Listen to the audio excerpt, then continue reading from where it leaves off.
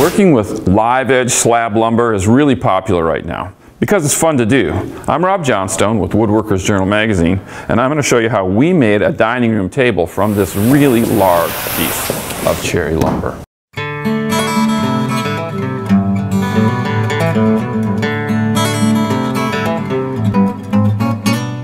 Anytime you work with slab lumber, there are some considerations to keep in mind. For example, a big thing like this will dry, and when it does, it'll get cracks. We call these checks.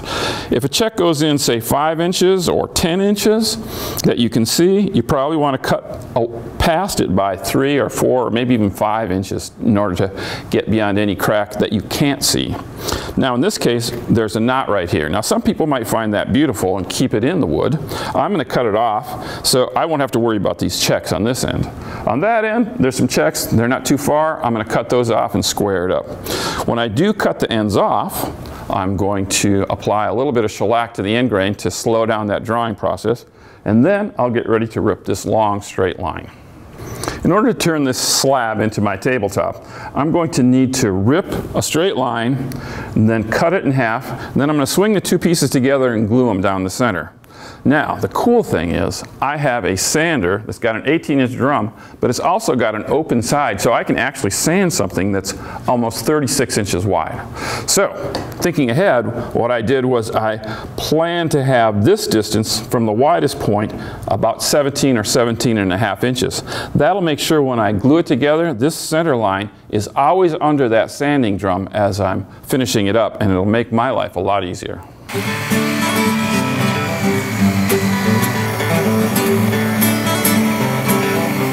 Now that we've got the piece cut roughly to size, it's time to surface it in the drum sander.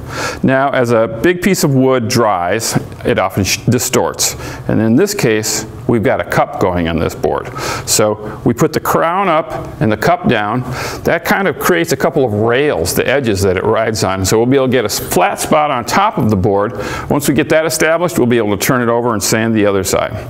So let's get started. This is a great dust collector, and we're going to need it because this is going to be a lot of dust. But I always use a dust mask too. Better safe than sorry.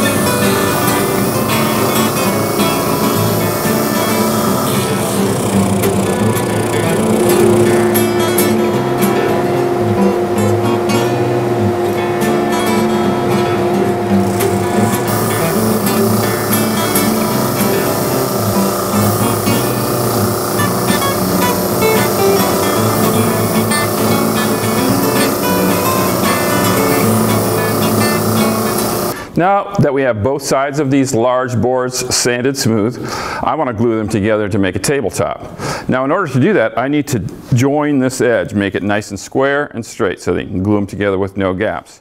That's a perfect task for a jointer, but not everybody has a jointer that works on wood this big. So I'm going to show you this technique where we use a pattern routing bit with a bearing at the bottom. We're going to use a straight edge that we just made out of masonite. I'm going to put the router down, run the bearing against the straight edge, and we're going to get a square, straight edge for gluing up. I'll show you how it's done.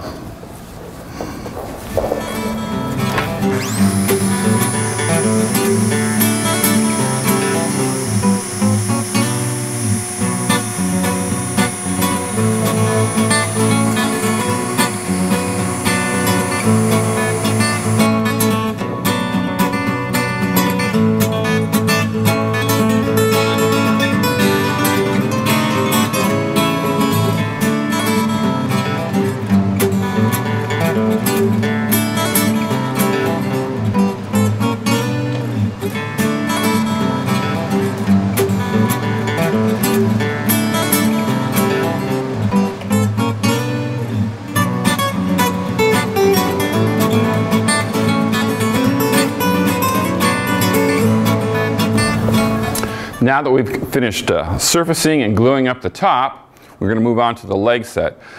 The legs that we're using to hold this up are really sturdy. We're using 1 3/4 inch stock so it will match the thickness of the top. We're going to use aprons that are going to be put together in a half lap. It's going to be an X support. There's a couple of great reasons for that. One is it gives you access at each of the seating positions on the table, but the other thing is the legs will be able to flex, or excuse me, the aprons will be able to flex with the expansion and contraction of the top. Now, the way that we're going to join those to the legs is with what's called a bridle joint, which is just an open-topped mortise and tenon. We're going to slide this in. We're going to have a ton of glue area here, and we're also going to drive a screw down in here as a mechanical fastener. So this is going to be a substantial joint, super strong, in order to hold up a very substantial tabletop.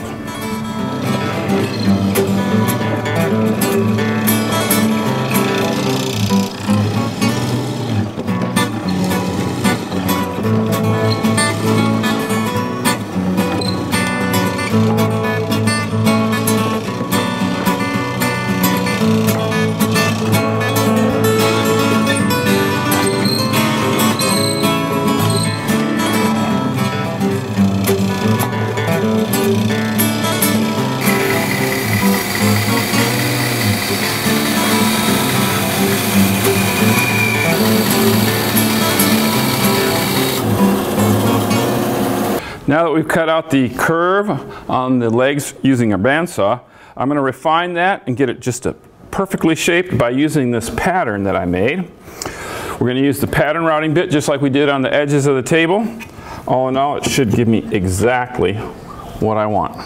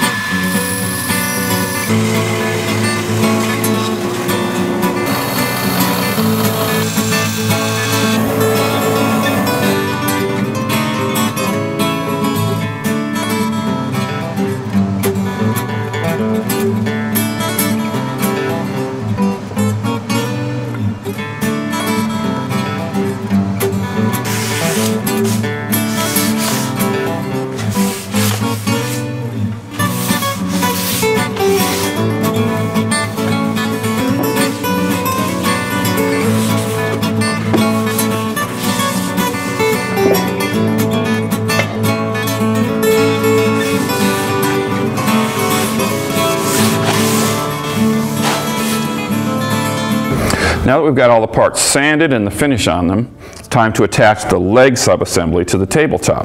Now the way we're going to do that is with a threaded insert. A threaded insert is threaded on the outside so it can be screwed down into the wood, in this case right into the tabletop, but it's also threaded on the inside so that I can thread a bolt into it, which is how I'll attach these legs. Now you can imagine with all these components we need to be very precise where we locate all of these things.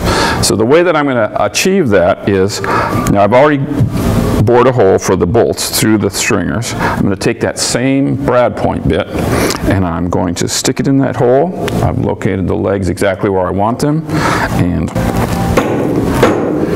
there. Now I've marked exactly where that threaded insert needs to be bored into the tabletop. And I'll show you how to do that in a second, but I've got a few others to do. Now that we've got the holes marked, I need to bore the holes for the threaded inserts. They have to be perpendicular and they can't go too deep, so I'm employing a very high-tech depth stop.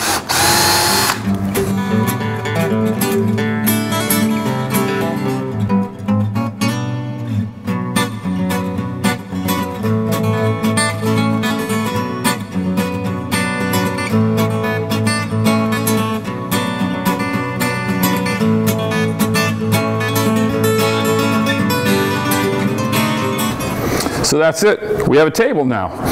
Now, even with years of experience, I always learn something new on every project that I do. Now, in this case, I was using this really heavy-duty slab lumber and surfacing it with a drum sander. Well, here's a couple of things I learned there. Have a great in-feed and out-feed system, and might be useful to have a younger buddy helping you as well. So, I hope you liked the video. I hope you learned a few things. I'm Rob Johnstone from Woodworker's Journal. Keep on making sawdust.